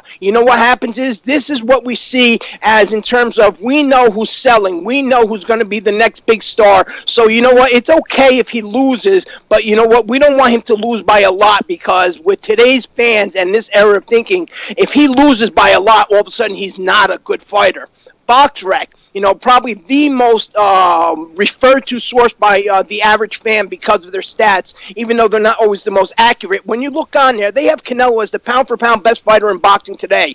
They have Floyd Mayweather, and this is no insult to Floyd because Floyd is an all-time great, but they have him as the greatest fighter of all time. Supposedly, they go on a point system, and that's how they come up with their ratings, and it's all taken out of opinion. Now, how can Floyd Mayweather, who only has 50 fights, have more quality fighters and his point system be higher than an Archie Moore or than a Sugar Ray Robinson, who fought more champions, they fought for longer, and they fought over 100 bouts more? It's not. You know what it is? It's the fact that, Floyd Mayweather today being on there, that's going to keep bringing back the fans. That's going to make guys want to go there and say, oh, what? You know what? They only know Floyd, so, yeah, he's the best ever. That's why, this isn't a BS site. I'm going on there. They got the things right. Same thing for Canelo, and that's exactly what I see here. As far as, Dave Moretti and what goes on over in Vegas, they should be embarrassed. Truth of the matter is, Vegas forgets they weren't always the fight capital, and that can happen again. They're not going to remain the fight capital if this is going to continue. But the only people that can change that is the promoters. England has proven very much so that, they are capable of having these big, huge mega fights, drawing in the fans and generating the money. In New York, as the Barclays Center continues picking up steam, again, they are capable of taking that place that MSG used to have. So Vegas can actually lose their status in this mega fight area. California, there's several venues in California that are putting on these mega fight shows. Coming up with this fight on the weekend with Jorge Linares, Jorge Linares is a guy who spent, the last few years of his career over in Japan and China because he fights out of the Taiken camp. But you know what? He's fighting over here. He's defending his title in California. That's showing, I can go on this side of the pond. I can go on that side of the pond. And you know what? I'm still going to be a star. And that's what we're going to see happen here. And that's what we're seeing happen with this World Boxing Super Series. We have fights in Texas. We have fights in New Jersey. And these are guys that, the American fans have never really seen before. So I think that we're going to see a big change, and it's almost like, when I see decisions like this with this 117 or 110 score, it's almost like a last-ditch effort to try and hold on to that one megastar we have, because the rest of the sport is actually leaving, and there's only 2 or 3 big American promoters now, and as these 2 big American promoters start losing their fighters, the rest of these promoters start picking up steam, and boxing is once again becoming an international sport more than just a regional sport, which has become sort of a problem. And in a way, you want to sit there and look at the cup half full, half empty. In my opinion, this might be half full, because this is going to sit there and kind of kickstart other promoters to say, you know what, we need to go other places besides Vegas, because we're not going to have this. Let me just say this. The reason why promoters keep going back to Vegas is certainly not because they love the scoring there. The reason why they go there is simple. It's money. And the reason why I say money, it's because the casinos throw money at the promoters to bring the fight there. That's why they go there. Now Barclays Center, like you mentioned, is trying to get in the game. They are bringing a lot of quality fights to their venue, so maybe there is a changing of the guard, and I certainly hope so. But as far as your comment on the big stars, let's keep them. Sal, I want to ask you, as far as I'm concerned, and this maybe is what's wrong with the sport, and I know, Dax, you agree with me on this, but, the truth of the matter is that stars should be made based on their performance in the ring and based on the other fighters that they beat along the way. Just because a fighter has a good record, or just because a fighter has a big fan base, and just because a fighter can generate money shouldn't be enough. Shouldn't their stardom come, or at least start, inside the ring? In a perfect world, Billy, yes, it should. Their merits, their skill set, and their ability to win fights and under different circumstances, yes, that should breed a star, and that should definitely have how it becomes evolving and recognized as a future star and as a current star. But as Dax suggested, and I agree, this is all marketing. These are networks. These are cable. This is the stardom. They've got to ride the horses that win for the fan base, and they promote that. And whether it's right or wrong, it's what sells. It's what attracts. It's what they do. And Canelo Alvarez, being a younger fighter, being a good, solid base fighter, having the fan, having the adulation that he does receive from countless fans, he's more of a horse you want to ride as far as marketing wise. He's got the longevity on his side. He's got the sizzle. He's got the appeal, the look. And even though I love Triple G, Canelo Alvarez is probably one that the networks want to bank on for future revenue, future fights. And I'm saying he's got a couple more years ahead of him. Triple G, I think, they got to look at passing the baton and how marketable is he.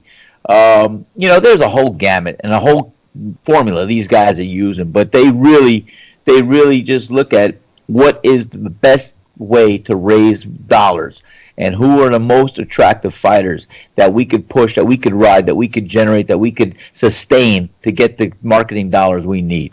Hey, Dax, listen. Sal is taking on this persona of trying to be a nice guy, trying to, disagree with me. I don't know. Trying to be a politician. I really don't know. But facts are facts, all right? And here's a fact. If you want to take and try and sell and be marketable, all the things that Sal is trying to, tell me and tell everyone else that we already know, the problem is this. at the end of the day, it's pushing fans away. It's being counterproductive. And a great point is the fight from this weekend. We have all these marginal fans that have tuned in and bought this fight. These numbers are going to be good. When these pay-per-view numbers come out, and by the way, I still haven't heard any official numbers from Mayweather and McGregor, but when these numbers come out, I think that they're going to do very well. But here's the problem. The fans that aren't diehard boxing fans that bought this fight all walked away from this fight, Dax, saying the same thing. I will never buy another pay-per-view because of the outcome. So it's counterproductive. You can't create a fighter based on marketing and then expect people to keep throwing their money down. At some point, the performance has to back up the marketing. Listen, we've heard that so many times. We used to hear that with Tyson fights when Mike Tyson was the king of Never heard it with Tyson.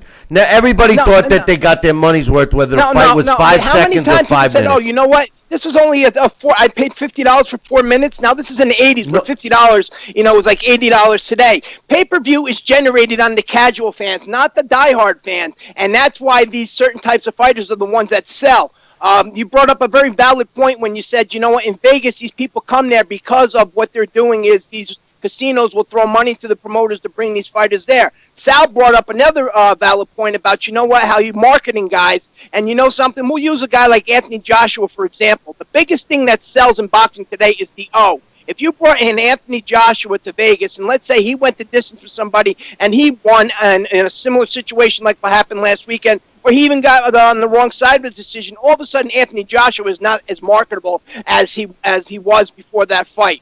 Maybe not even at home was he that marketable as he was before that fight, all because of a bad judge. And you know what? So these promoters are going to have to say to themselves, you know what? I got guys here, and I know that this one bad judge can sit there and totally take away my cash cow. So you know what? I need to go someplace else where I can somewhat make sure my guy gets a more fair share, a more fair shake. Or you know what? If he loses, his opponent actually has to beat him, not somebody sitting on the side of a ring who's actually, talking on their phone. I can sit there and say personally, how many fights, Bill, and you know as well, how many fight cards have you been to? And I'm talking about title fights where I've sat up on the ring and I'm taking pictures. I'm sitting next to a judge and I'm talking to a judge the whole time. I'm talking about 2.5 minutes of a round. I'm talking to a judge. I'm watching him on his cell phone, texting and that. And these are world title fights. It happens all the time. Wow. Yeah, maybe that's what Adelie Bird was doing. That's what happened. Maybe Adelie Bird was talking to other people during the fight, but normally judges don't even say a word to anybody. They're watching. He sat down, Bill, telling me about how much he liked our show. The whole time he sat there telling us how much he liked our show.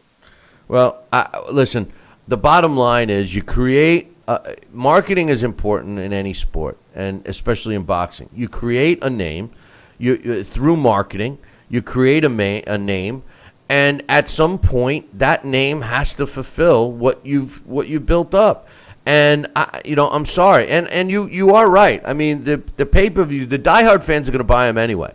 The pay-per-views are mostly made up of the casual fan. That's why some of the numbers on great matchups aren't that great, because they're just not marketed correctly. But at the end of the day, I mean, to suggest that a fighter, a judge score for a fighter because he wants to keep that fighter in the mix, that's sad. And if we have judges that are doing that, if we have judges that are talking and chatting during a fight, they can't be judges. We wonder why we have so many black eyes in the sport. It's a shame. It's a shame. It happens. As far as Triple G goes, in terms of whether he's fading and his last couple fights where people are judging him harshly. Think about Roy Jones. As great as Roy Jones was, Roy Jones beat Bernard Hopkins early in his career. Who went on to have the better career? And overall, when you look back on it, Bernard Hopkins did. And why is that? Because Bernard Hopkins had layers to him. Roy Jones was a phenomenal athlete. And I say a phenomenal athlete because he was an okay boxer. He wasn't a great boxer. It's just his supernatural reflexes allowed him to do things that nobody else could do. We see that a lot with Manny Pacquiao when he was at his prime. Those reflexes allowed him to win so many of these fights. Now, when those reflexes faded, what happens is Roy Jones became rather ordinary. And for the last few years, he spent as an opponent just looking desperate to stay in that spotlight. Triple G is a guy who, he just doesn't need that power. He can box. He has footwork. As far as the modern mentality of the fans, The same people that I seen on Friday or Thursday talking about, whether it's in person or social media, on how great Triple G is and all this amateur experience and how he can cut things off. Now, all of a sudden on Saturday night, just hours after the Canelo fight, he was overrated and he was exposed. I don't even think fans really understand what they're looking at, and I think that's going to hurt the fight I'm excited for, and I think every real boxing fan is excited for, is the Vasyl Lomachenko and Guillermo Rigondeaux fight. Is these guys are going to be in there at such a high level, and they're going to be boxing not only offensively but defensively to a point that the average fan of today, they're not even going to realize what they're seeing in there. Well, that's because of the marketing. Those guys aren't marketed, and the overexposed and everybody going by records and all of that. I mean, yes, a record is important, but just because you have an O doesn't mean you're good. I'm sorry. It just doesn't mean that, and it's a shame. It's a shame. But there's no right or wrong answer. Do you think that the rematch is going to happen? Do you think it has to happen? I don't think so. I really don't, because, the rematch, the only way that would happen is if Triple G really wants it, just out of personal satisfaction. Canelo doesn't need it. Golden Boy doesn't need it. So it doesn't have to happen. Would boxing like it to happen? Maybe. I think it's really going to depend on these pay-per-view numbers, on how big they are, whether or not people say to themselves, something, this is worth doing again. And that's going to make that decision up. That's going to be the decision in the long run. Now, what is exciting, is this weekend, or the fights that are coming up. That fight in Texas, that World Boxing Super Series, I'm so frustrated without this American TV. Junior Dorticos against Dmitry Kudashov. These are guys, out of 43 fights, they have 42 wins combined with 42 knockouts. That's sensational. That's exciting. Why don't they have something on TV? And these are the type of things that, as I'm stating on how, boxing will become more international, and these promoters would be able to draw the American fans across seas a little bit more if something like this happened. Now, also, the Willie Monroe versus Billy Joe Saunders fight, this is a fight that, was rivaling the Canelo versus Triple G pay-per-view. It was shown for free on YouTube, and it was the most dreadful, awful affair that I've ever seen in my life. How can you sit there and, be a middleweight champion and fighting for that other middleweight title that's out there, with the opportunity for the winner to fight the winner of the Supremacy pay-per-view, this mega fight, and you're going out there and you're performing at subpar level? Hey, Sal, do you think that the rematch between Triple G and Canelo will take place? Do you think it will? Or because Billy Joe Saunders is the guy. I mean, if Canelo goes and looks for him next and should beat him, then he's going to maybe want the rematch, and Triple G is older.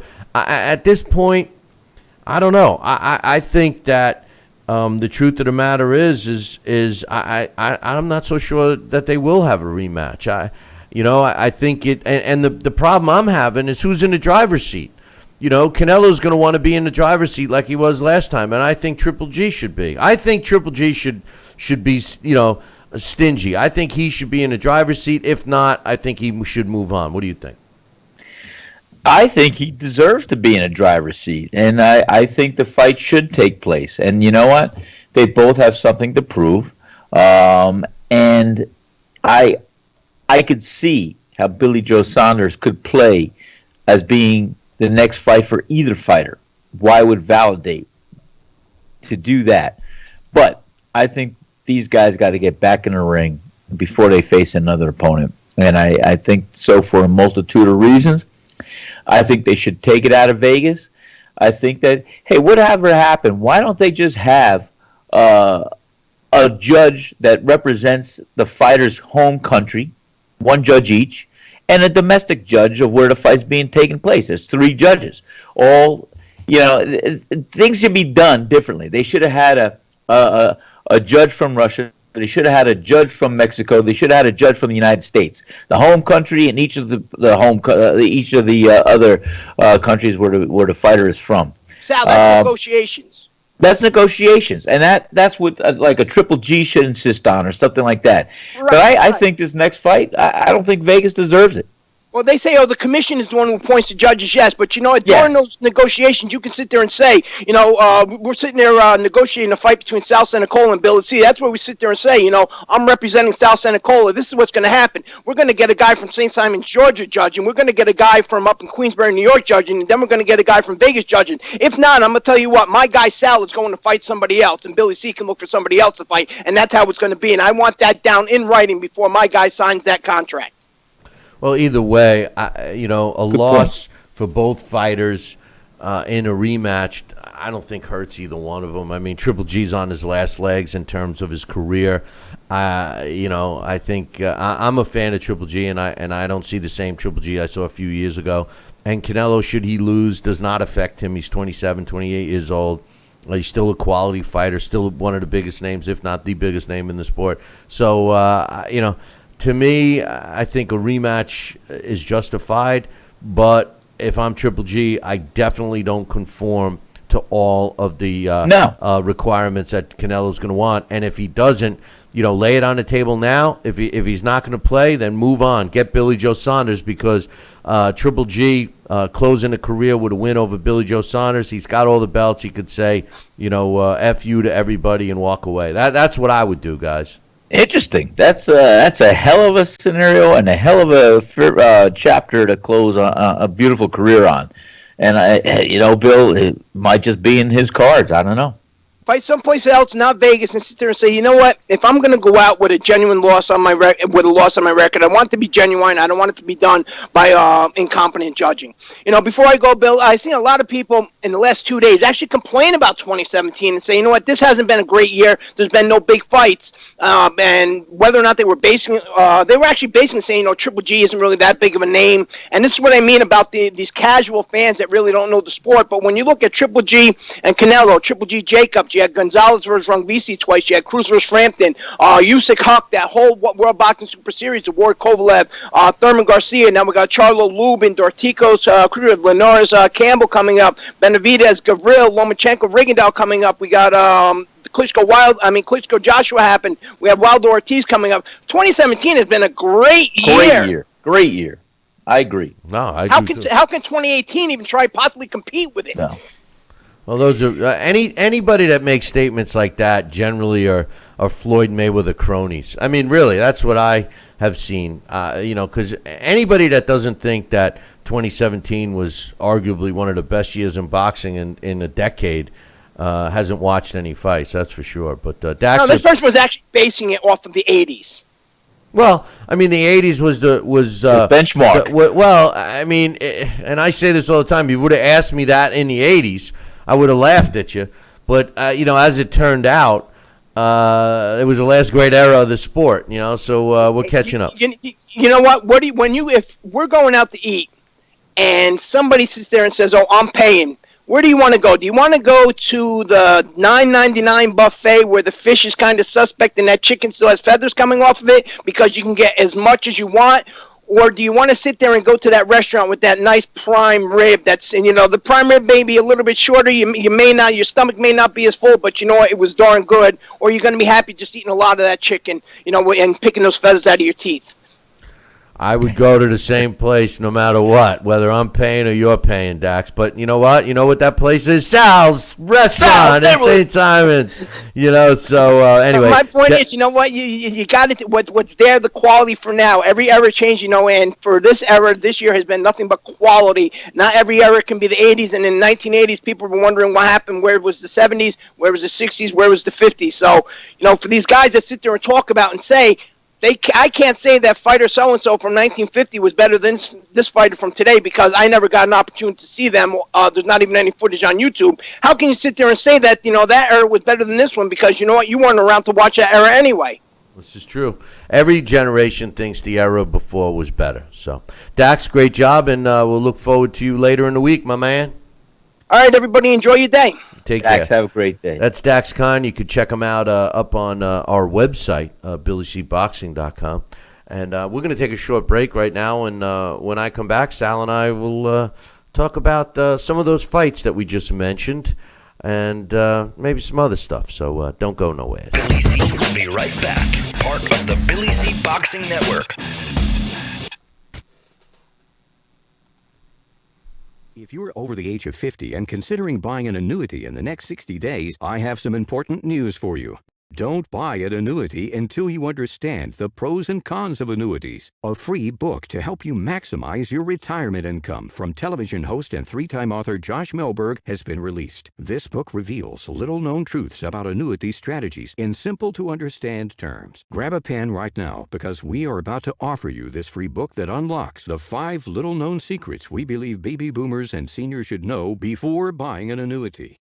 Call 800-493-9652 now, and you'll receive a free copy of Josh Melberg's book, Next Gen Annuity Strategies Revealed. As a bonus, we'll also send you the #1 mistakes retirees are making with their investments today, and a free DVD on how you can get up to 33% more income in retirement. Call 800-493-9652 to have your free information kit rushed to your door. Again, that's 800-493-9652. Are you currently on Medicare? In other words, do you carry the red, white, and blue Medicare card? If so, are you suffering from chronic back pain? If you answered yes, you may be eligible for a pain-relieving back brace covered by Medicare at little to no cost, shipped directly to your home for free. These medical-grade back braces are ideal for lower back pain, arthritis, spinal disorders, and other chronic back problems. Will you qualify for a medical-grade back brace? Call Back Brace America at 1-800-290-8300. This is important news for women using birth control medications and devices. If you or a loved one have been diagnosed with a pseudotumor after using one of these birth control drugs or devices, you may be eligible for a cash award and medical expenses. Contact the law firm of Davis & Crump right now if you or a loved one have used one of these birth control medications or devices and were diagnosed with a pseudotumor to see if you are eligible for a cash award and medical expenses. Call now. Operators are standing by. Snacking has never been this exciting. At Graze.com, we combine wholesome ingredients with the flavors we all love to create over 100 exciting snacks. Like these. We'd love to send you a Graze sampler box for free. Just go to Graze.com, enter the code ENJOY36, and we'll mail your free box to your home or office. Join thousands of Grazers already in love with our exciting snacks. So come to Graze.com for your first box free.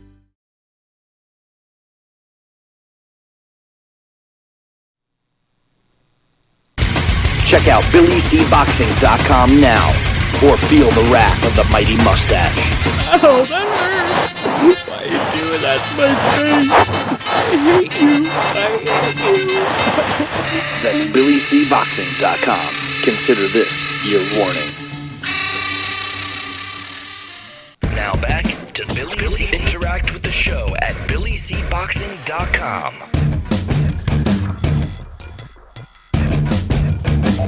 And we're back. You're listening and watching the Billy C. Show. Glad you could be with us. And just before we went to break, I wanted to talk a little more about some fights we just talked about. But first, let me remind you guys that tomorrow we'll be doing our Blast from the Past. It features Luis Manuel Rodriguez, a former world champion and boxing Hall of Famer.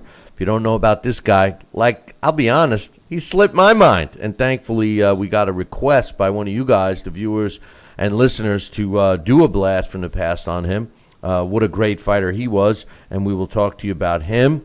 Also, Boxing Hall of Famer and New Jersey Athletic Commissioner Larry Hazard will join us tomorrow as well. He did stop by for our post-fight show on Saturday and was telling us that there was a lot of concern about Ms. Bird for that fight, and turned out to be justifiable. And we're going to put Larry on the hot seat. I'm going to ask him, Sal, what would you have done if this was your judge? So we're gonna throw him on the hot seat. But wow, in November, Deontay Wilder against Luis Ortiz, November 4th. What's your quick thoughts on this fight?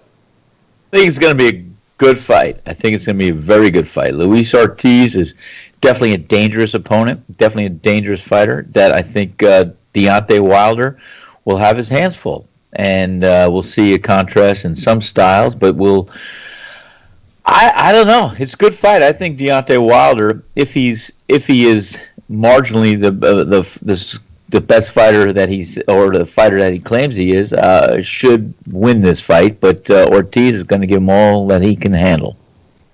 Well, Deontay Wilder claims he's the best heavyweight on the planet, which isn't the case. But I think I will give him a lot of credit if he beats Luis Ortiz. Even though Ortiz has been out of the ring for a year, he's going to be 39 years old. Well rested. And in his last fight, he was pretty flat. His last big win was against Brian Jennings, where he demolished Jennings at the Turning Stone. I was ringside for that fight. That was probably one of his best fights. I also called a couple of Luis Ortiz's fights when he first came here to the States on LDL TV. So we got to see him as a young fighter. He's a quality fighter. And even though he's old and has been out of the ring, I'm going to give Deontay Wilder credit. Deontay Wilder fights one of two ways. And unfortunately, the second way, we've only seen him fight once. And that was a smart way, where he utilized his height and reach, and he implemented a jab and fought intelligently behind a trainer that he has, which is a great trainer in Mark Breland. He fought Bermain Stavern. And we've learned that Stavern was extremely overrated, but I still give Deontay credit. But aside from that fight, every other fight that he's ever fought, he's fought with the seek and destroy attitude, that he's going to knock him out, he's going to overpower him, he's going to beat him, because he should, with the opponents, with the exception of Artur Spitska. All of the opponents that they've put in front of him were proverbial punching bags, and he struggled with some of them. It's going to be interesting to see how he fights Luis Ortiz. If he tries to overpower Ortiz, or if he fights a smart fight. Ortiz is a boxer. He's a Cuban fighter. The guy knows how to box. He's got hand speed. He's got some pop. He gets up for certain fights, and other fights he doesn't. I would think he's going to be up for this one. It's an intriguing matchup, Sal. It is a good one, and it's one that we hinted on wanting to see. And guess what? Like I said, 2017. If it hasn't been a reboot year, I don't know what fans are going to be looking for. Well, but I think it's going to be a good fight. Well, and hopefully this fight will set up the winner of my man Anthony Joshua, who's fighting his long determined mandatory for the IBF, and Kubrat Pulev. So you got these two fights taking place, and we got to hope that the winner of each fight will face each other sometime early 2018 to kick off 2018 to follow in 2017's footsteps. So, and then don't forget we got Vasily Lomachenko against Guillermo Rigondeaux December 9th. So we're closing the year pretty strong. We are, and like we said, boy, this has been a very good year for boxing, and I only hope that 2018 could mirror it at least, or at less. Hopefully, it'll come close. Yeah, well, time will tell, and this fight this past weekend, with the exception of the one scorecard, I think a lot of people would have accepted a draw. I think that if the other card was even, if Ms. Bird's card was even, and the fight was a majority draw, I'm not so sure people would have argued. I think that the fact that her card was so out of whack, it clouded what otherwise was a really good fight, a competitive fight, and it's a shame because now the Monday morning quarterback discussion about the fight is robbery, corruption. You hear Teddy Atlas, it's corrupt. Is it corrupt or is it inept? I just think that across the board, our quality of referees and judges are at an all-time low. And the sport needs to do something about that, Sal. I think you're right. And, just think about the outrage. Had it gone one way. We could have all expected to see Triple G win that fight. I mean, if that was the decision that was rendered and came down, we would have been happy with that. We would have validated that. We would have seen it because that's the fight I saw. Could you imagine the outrage if Canelo Alvarez won that fight? Then I think there'd be a lot more criticism than even that draw. But, I mean, that right there should tell fans, which way that fight really should have gone.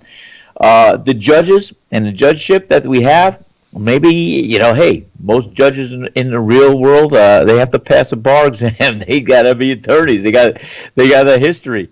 And I'm sure, like anything, when I was doing securities and my insurance license or my real estate license, we always had continuing education credits. The same thing happens with these judges. They have a continuing education process, and they have to validate and test.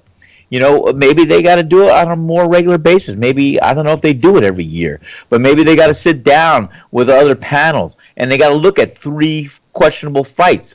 And look at how they render a decision on and why and validate it. They got to do something because you know what? It was just embarrassing to see Adelaide Bird come up with a decision of having the Canelo Alvarez fight that she saw 118 to 110. That I can't validate that. I don't even know how she can, but I hope she's in the grill seat right now talking about how she validated that fight. Listen. I agree and disagree. First of all, I think that the fight was close. And although my scorecard had it 116, 112, and then when I rewatched it, I had it 115, 113 for Triple G, it was still close. 115, 113 is still a close fight. It's a close fight. And there was a lot of rounds that were close. Specifically, I had 2 rounds that could have gone either way. And that makes the fight a draw. So I'm not so sure the outrage would have been, yes, there would be a lot of people saying that Triple G won the fight if Canelo actually won. But I think what drove the outrage was the one scorecard that was out of whack. And I think there's an easy remedy. If we have to deal with all the garbage referees and judges we have out there today, there's one remedy that we could do that would pretty much help the judging. And that's put a specific criteria in place, an order of criteria in place. We have the judging criteria in place now. It's the order in which that criteria is judged is in question. For example, Adelaide Bird very well may have felt that jabs don't equal a real punch. If that were the case, then you could see where 118, 110 would be a score if she just threw out all the connected jabs that Triple G threw, regardless of the pop behind them. That could very well have explained her scorecard. So the order of criteria is critical. And I think that if we were able to come up with a agreeable upon order in which the judging criteria is judged, a lot of these scorecards would be a lot closer. That's just my thoughts on that. But, it is what it is. Again, we're all playing Monday morning quarterback. We played post-fight quarterback on Saturday, and, it was kind of somber. But as you have a whole full day, 2 days to really, stop, think, watch, I don't think it's any different. I think the bottom line is Triple G's in the driver's seat. He should try to make the fight sooner than later. If Canelo's not willing to do it, then if I'm Triple G, I move on. I go directly after Billy Joe Saunders, unify the belt once and for all, and walk away. That's what I do if I'm Triple G, Sal. Well, you got that game book, man. I'm telling you what, that's a hell of a playbook. I like it. And you know what they'll do? Canelo Alvarez will have to call Triple G out of retirement to come back and face him because it'll be an ego thing, and you'll see not in a Mayweather fashion, but you know what? You'll see Triple G going off into the sunset, retiring undefeated with all the belts. Canelo Alvarez being the new hero, taking on and winning some of the belts that Triple G retired with and now are available for a champion, and then they'll probably call Triple G back for the final rematch. Yeah, when he hits 40. When he hits. Well, 40. that's what they'll wait for. Right. Exactly. That's why Triple G, if there's going to be a rematch, he's got to do it soon. All right. And another thing, Dax hinted on it, and I earlier hinted on it with earlier programs. I mean, everybody was used to seeing Triple G just dominate and knock out anybody in front of him. And because he didn't do so with Billy Joe Saunders, not with Billy Joe Saunders, with Daniel Jacobs or Kell Brook, these are world-class, top-ranked fighters. And, Triple G, as I suggested, he did what he had to do to win. And that's what champions do. That's what fighters do. And, his stock, he's just fighting world-class fighters. The same thing with this Canelo Alvarez. Canelo Alvarez is one of the best fighters out there today. So, let's give some credit where credit is due. Triple G, as far as him looking flat, as far as him looking this, look at who he just went past. Daniel Jacobs could be a champion in any other era or any other opponent, and he'll walk through many fighters, and he will be a champion. Same thing with Kell Brook. He could have. I don't know what he's doing with his orbital bones right by now, but, that might be another story. But the truth of the matter is, when Triple G beat these top-rated, top-level, world-class opponents that were put before him, he did what he had to do to beat them and win. That's it. No doubt. On this day, September 19th, in 1935, Babe Risco wins a 15-round decision over Teddy Yaretz to win the NBA and New York World middleweight titles, and that took place in Pittsburgh, Pennsylvania. On this day in 1954, Robert Cohen wins a 15-round decision over Chamarun Sung Kiryat to win the vacant world bantamweight title, and took place in Bangkok. On this day in 1991, Hiroshio Tatsuhira knocks out Greg Richardson in the 10th round to win the WBC world bantamweight title. It took place in Tokyo. On this day in 1992, Chris Eubank wins a 12-round decision over Tony Thornton to retain his WBO super middleweight title. It took place in Scotland. On this day in 1945, Sammy Angot knocks out Ike Williams in the 6th round to improve to 76 wins, 22 losses, and 7 draws in their matchup that took place at Forbes Field in Pittsburgh, Pennsylvania. Williams, he drops to 67 wins, 9 losses, and a draw. And finally, on this day, September 19th, in 1998, Evander Holyfield wins a 12-round decision over Von Bean to retain his WBA and IBF World Heavyweight titles from the Georgia Dome in Atlanta, Georgia.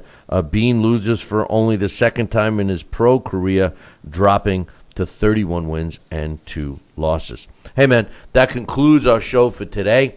Make sure you tune in tomorrow. We got a busy show scheduled for you today. And before you do that, I'll leave you with this. Ciao, baby.